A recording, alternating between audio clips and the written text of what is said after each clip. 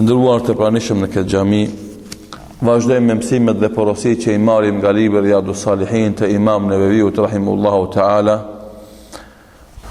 i cili në këtë libër është munduar që të përmbledh ajetet nga Kurani fisnik dhe hadithet e pejgamberit sallallahu alaihi wasallam për të sqaruar besimtarëve rrugën drejt Allahut subhanahu wa taala. Jemi në kapitullin e bindjes dhe mbështetjes në Allahun dhul xhelal. Jemi në hadithin e 4 në këtë kapitull, ku Imam Nevevi rahimahullahu taala thot: An Abi Hurairah radhiyallahu anhu an an-nabiy sallallahu alayhi wa sallam qala: يدخل الجنة أقوام أفئدتهم مثل أفئدة طير.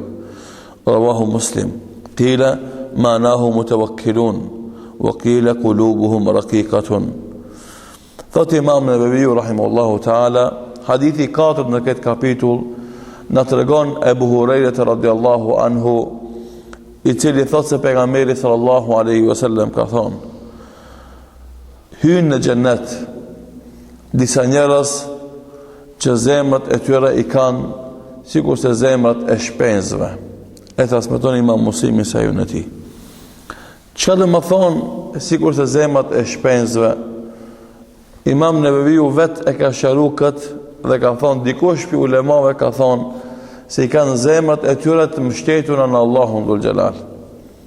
Dhe e dyta kanë thonë se i kanë zemrat e ndjeshme, do të thonë janë të ndihshme shumë ato, edhe për këtë shkak i respektojnë urdhat e Allahut dhul xhelal dhe e fitojnë xhenetin pe Allahu subhanahu wa taala. Sidoqoftë, kemi të bëjmë me një hadith të vërtetë të pejgamberit sallallahu alaihi wasallam, i cili na ka dhënë një përshkrim të zemrave të njerëzve që meritojnë xhenetin e Allahut dhul xhelal. Ato zemra që janë të ndihshme, janë të gjalla, edhe zemra që mbështeten Allahut subhanahu wa taala. Zotën, të gjithë hadithet që i kemi folur në këtë kapitull kanë të bëjnë me mbështetjen në Allahun subhanahu wa taala, si një adhurim i madh i zemrës, me të cilin adhurim besimtari e forcon lidhjen e tij me Allahun, mbështetet në madhinë e Allahut dhe i fiton bereqetet dhe sukseset për Allahut dhul xhelal, duke i mbështetur Allahut subhanahu wa taala. Këtë hadith i nxjerrim disa porosi dhe mesazhe për tyre. Mbështetja në Allahun dhul xhelal edhe ngjeshmëria e zemrës është për sebepeve që e shtin besimtarin në xhennet dhe bëhet sebeb me fitue të mirat e xhennetit. Do mbështetja në Allahun dhul xhelal bëhet sebeb që besimtari me fitu xhennetin. Pejgamberi sallallahu alaihi wasallam po thot, do të hyjnë në xhennet disa njerëz që zemrat e tyre i kanë sikur se zemrat e shpenzës, do të thonë mbështeten në Allahun dhul xhelal, ashtu sikur se shpenza është e dopt, edhe e din se vet nuk ka mundësi me fitu diçka pa ndihmën e Allahut subhanahu wa taala, ashtu edhe besimtari nuk mundet me fitu xhenetin edhe të mirat e Allahut pa u mbështet Allahut subhanahu wa taala. Pastaj tjetra gjë është e bjerë punën e shpenzës dhe tevekulit dhe mbështetjes.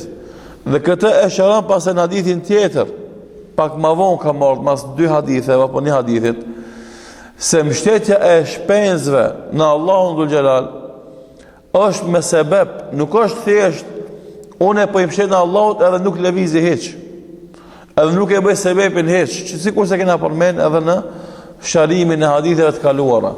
Hadithin tjetër pejgamberi sallallahu alaihi wasallam thot: po ti mbështeteshit Allahut me një mbështetje të vërtetë, Allahu do t'ju furnizon të juve sikur se i furnizon edhe shpenzët. Ato në sabat dalin barkë zbrazur nga foleja dhe kthehen në mbrëmje barkë ngopur në fole. Do të thonë, shpenza e cila i mbështetet Allahut e bën sebepin del prej foles, prej stroflogut të vet, edhe kërkon riskun. Edhe ajo që del me lejen dhe ndihmën e Allahut kthehet në barkë ngopur, e gjen riskun. Edhe besimtari i cili mbështetet Allahut Kur del me lip rrezikun, do ta gjejnë me lejen dhe ndihmën e Allahut. Nëse del me lip, ama nëse se lip, domthonë edhe nuk e gjen. Andaj ulemat e kanë marrë këtë hadith të pejgamberit sallallahu alaihi wasallam, edhe shembullin që e ka prua për me marrë vesh këta dy elemente, domthonë se tevekuli në Allahun nuk do me thonë që ti menet duar kryq, që ti menet pa bo asnjë sebeb, asnjë punë, por duhesh me dal edhe me lip rrezikun, edhe mushtet Allahu subhanahu wa taala. Dhe normalisht se pastaj për porosive që i nxjerrim nga ky hadithi pejgamberit sallallahu alaihi wasallam është myshdja si një mënyrë e motivimit të njerëzve për vepra të mira. Për shembull, këtë hadith pejgamberit sallallahu alaihi wasallam e përmeni xhennetin. Edhe në shumë hadithe është përdor mënyra e myshdës me xhennet, edhe në Kur'an gjithashtu. Në shumë ajete Allahu Dhul Jalal u premton besimtarëve xhennetin. Sot për shembull, nëse na ndalemi dhe menojmë në këtë situatë të vështirë, që është ummeti islam përgjithësi dhe populli jonë në veçantë, në këto probleme dhe të lashe që i kemi, në këtë ndërskamse dhe pengesa që dalin në rrugën e davetit, edhe për hapjes mirës, çka thuti? Wallahi, njeri po munot ama kot, po lufton ama kot, po lodhet ama kot, e hupi mytin. Mi për këtë kujtohet se këtë punë ti që e bën, nuk do me thonë pa tjetër me fitu e në dynjo. Ka mundësit e me thonë kontributin tanë, mu mundu e mu përpjek edhe mas marit suksesin në dynjo. Mirë po, mi afton që ti e ke meritu e fitimin e gjennetit. Edhe ajo të manë ti gjallë, edhe ajo të vazhdon.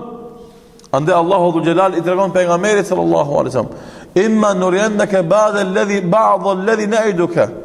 Do shta të mundsojmë në ty o Muhammed, para më do.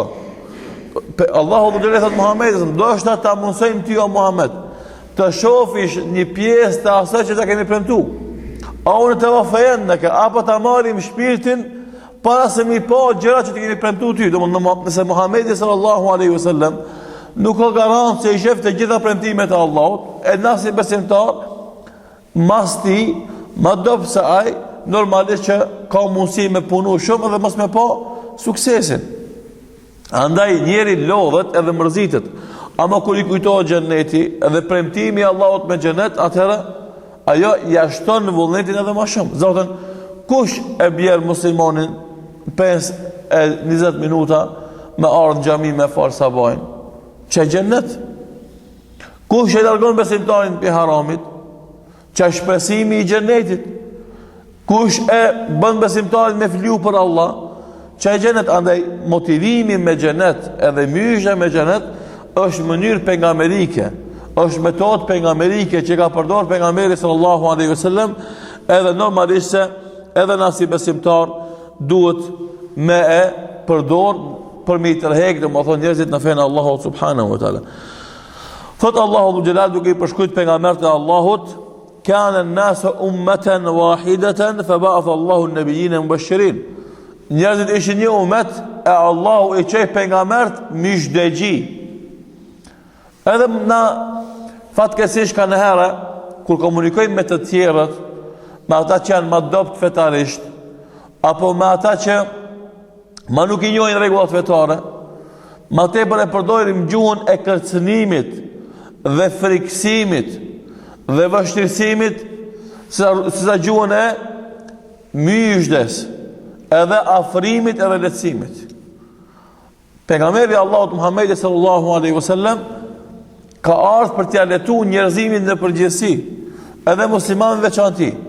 Normalisht se janë disa obligime fetare të vështira dhe të rënda, ama atmosfera e përgjithshme e fesë islame është atmosferë gëzimi, atmosferë hareje, atmosferë lumturie, jo atmosferë e, domethënë, e zymt, e ertë, e ngushtë.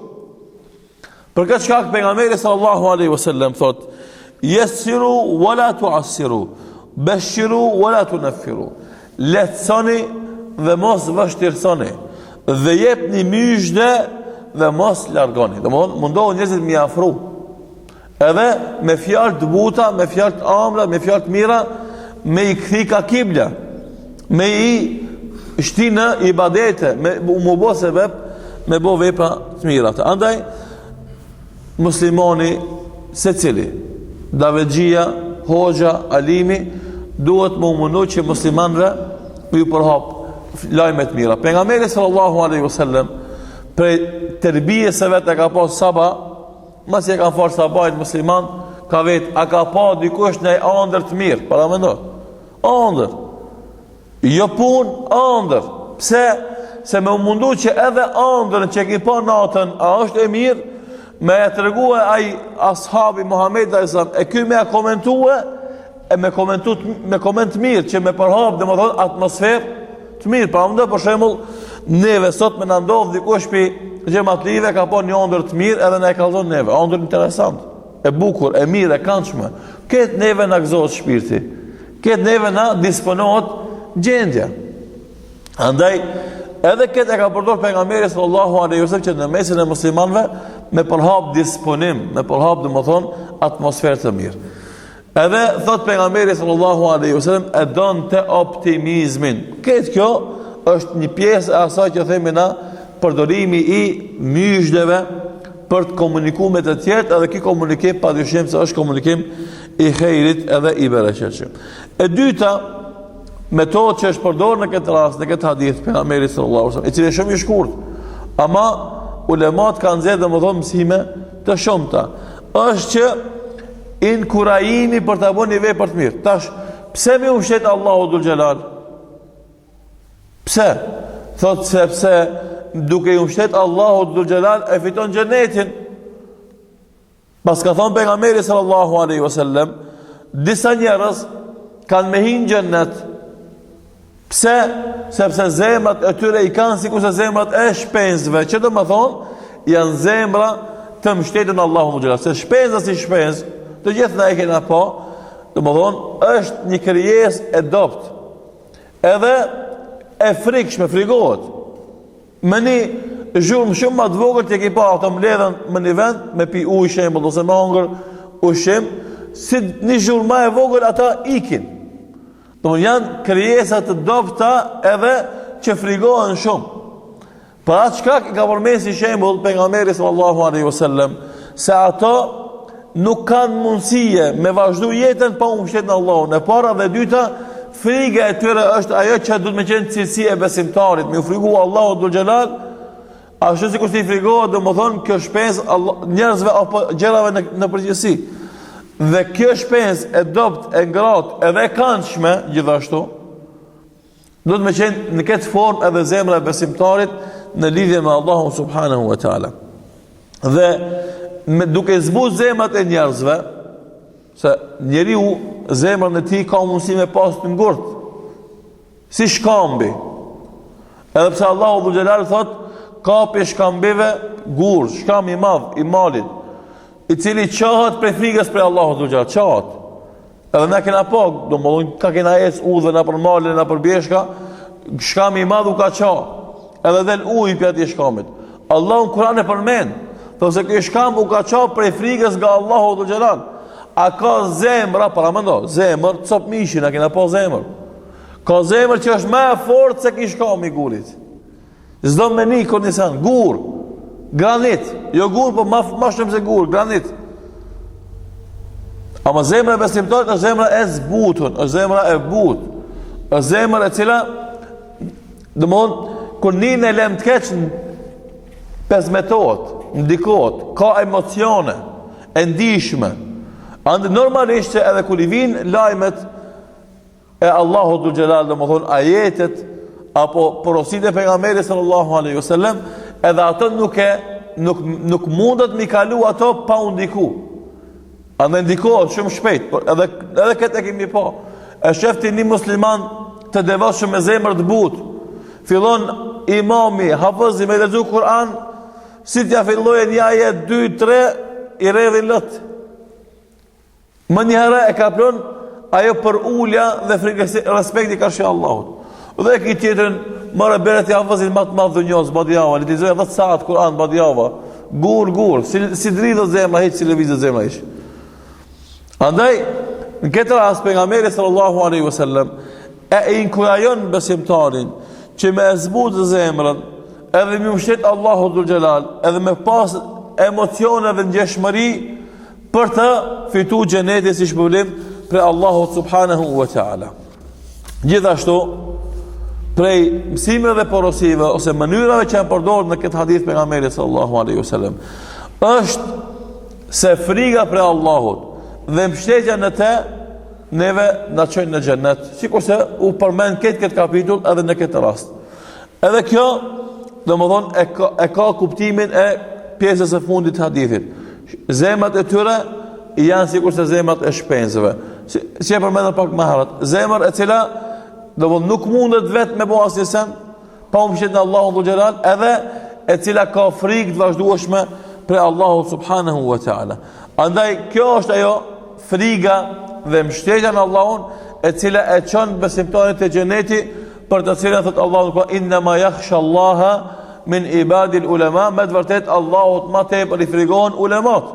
Një zemër e cila e njeh madhrinë e Allahut, edhe i nështrohet madhnisë e Allahut, edhe i zbaton urdhat e madhnisë e Allahut, ajo zemër e ka frikën për Allahut dhe normalisht se e çon në vend mbështetjen në Allahun subhanahu wa taala dhe e fiton pastaj shpërblimin për Allahun subhanahu wa taala. Ulemat kur e kanë komentuar këtë hadith, që është domethënë sikur është Imam Neveviu në Sahihun e tij, komentin e Sahihut të Imam Muslimit, apo ulemat tjerë sikur është Qadhi Iyadi apo Imam Taymiu kanë thonë se zemra e njeriut që është zemra e shpenzës është zemra e mbështetur në Allahun subhanahu wa taala, e cila nuk mundet me bë kur gjë pa ndihmën edhe për krahin e Allahut subhanahu wa taala. Dhe kjo është një mënyrë metaforike që ka përdorur pejgamberi sallallahu alaihi wasallam, që ka simbolikat e veta, edhe ka thonë edhe ka qenë domethënëse dhe është domethënëse për besimtarët me kuptuar këto porosi dhe mësime që na jep ky hadith i pejgamberit sallallahu alaihi wasallam. Dhe porosia tjetër që është e rëndësishme në përgjithësi dhe më e rëndësishme në të gjitha rastet është lidhshmëria mes gjendjes së zemrës së besimtarit edhe fundit të njeriut.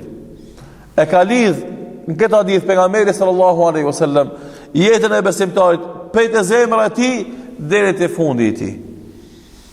Edhe me këtë rast e rikthejmë edhe një herë në shumtën e rasteve edhe herave se jeta e besimtarit, edhe ibadeti i besimtarit, edhe përmirësimi i besimtarit, edhe puna e besimtarit fillon prej zemrës së tij. Fillon prej zemrës së tij. Kur ta përmirëson ai zemrën e tij, i përmirësohet edhe mendja e tij, i përmirësohet edhe trupi i tij, i përmirësohen edhe punët e tij, i përmirësohet edhe akhlaki i tij, i përmirësohet edhe gjendja në familjen e tij.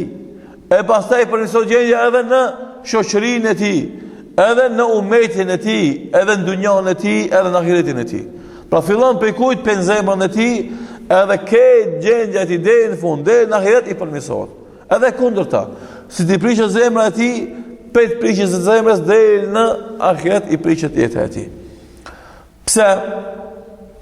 Sepse në të gjitha rastet zemra është motori, është baza. Nëse ajo është e mirë, i gjithë trupi është i mirë. Nëse ajo është e presht, i gjithë trupi është i presht. Ajo është mbreti. Nëse mbreti është i mirë, i gjithë shteti është i mirë. Nëse mbreti është i keq, i gjithë shteti është i keq. S'mundet me shkua dhe më thonë, me pas mbretin e keq e populli i mirë. Ose kundërta, ata nuk lidhen njëra me tjetrën. Për atë shkak, pejgamberi sallallahu alaihi wasallam e ka treguar dhe ka thonë ala inna fil jasadi mudgha, me të vërtetë në trup është një cop mishi, idha saluha sairul jasad, nëse ajo është e mirë, i gjithë trupi i tij është i mirë, dhe nëse ajo është e keqe, i gjithë trupi i tij është i keq apo i prishur, ajo është zemra. Për kjo cop mishi, edhe në kuptimin shëndetësor, edhe në kuptimin imanor, Nëse është i mirë, këtë trupi është i mirë. Nëse është e prishur, këtë trupi është i prishur. Andaj edhe sot kardiologjia si repart në spitale është për reparteve më të rëndësishme. Pse? Se nëse zemrën e ki të prishur, këtë që funksionin tjerat e në kotë. Edhe kundërta, nëse zemrën e ki të fort, tjerat ka përcehen, pas të e malet. Pra të Abdullah ibn Mesudi radiallahu anhu ka thonë, zemra në lidhje me trupin është si mreti me lidhje me ushtarët e vetë. Nëse mreti është i mirë, edhe ushtarët e ti janë të mirë, edhe punojnë drejt. Nëse mreti është i keq, edhe ushtria e ti punon bën zullum. Nëse zemra është e mirë, trupi shkon mirë. Nëse zemra është e keqe, e urdhon trupi ka këqijat edhe shkojnë ka e keqe. Pra shkak Allahu dhu xhelal në Kur'an në shumë raste e përmend zemrën e shnosh, edhe zemrën e përulun, edhe zemrën e nështruar te Allahu dhu xhelal. Andaj thot yawma la yanfa'u malun wala banun illa man ata Allah bi qalbin salim, a ditë që s'bën dobi as malli as evladi përveç atij që vjen te Allahu me zemër të shëndosh. Pse se zemra e shëndosh është ajo zemër e cila e ka shtyr njeriu në punë të mira. Andaj ai njeri që vjen te Allahu me zemër të shëndosh, ai ka ardhur me veti dhe me bagazh të madh të veprave të mira. Dhe pastaj në ajetin tjetër thot men khashya ar-rahmana bil ghaib wa jaa bi qalbin munib, ai që ka frikë Allahun edhe kur është vet, edhe kur nuk e shef askush, wa jaa bi qalbin munib, dhe vjen te Allahu me zemër të penduar, me zemër të përulur, edhe zemër të nështruar të madhisë Allahu subhanahu wa taala. Pra shkak të gjitha obligimet fillojnë prej zemrës. Edhe kur besimtari i kalon veprat e zemrës, ato dalin pastaj shndrohen edhe në veprat e gjë. Për shembull, dashuria ndaj Allahut është vepër e zemrës. Frika prej Allahut është vepër e zemrës. Shtetja në Allahun është vepër e zemrës. Bindja në Allahun është vepër e zemrës. Pastaj, shpresa në Allahun është vepër e zemrës. Asketizmi është vepër e zemrës. Do janë një grumull i madh i veprave.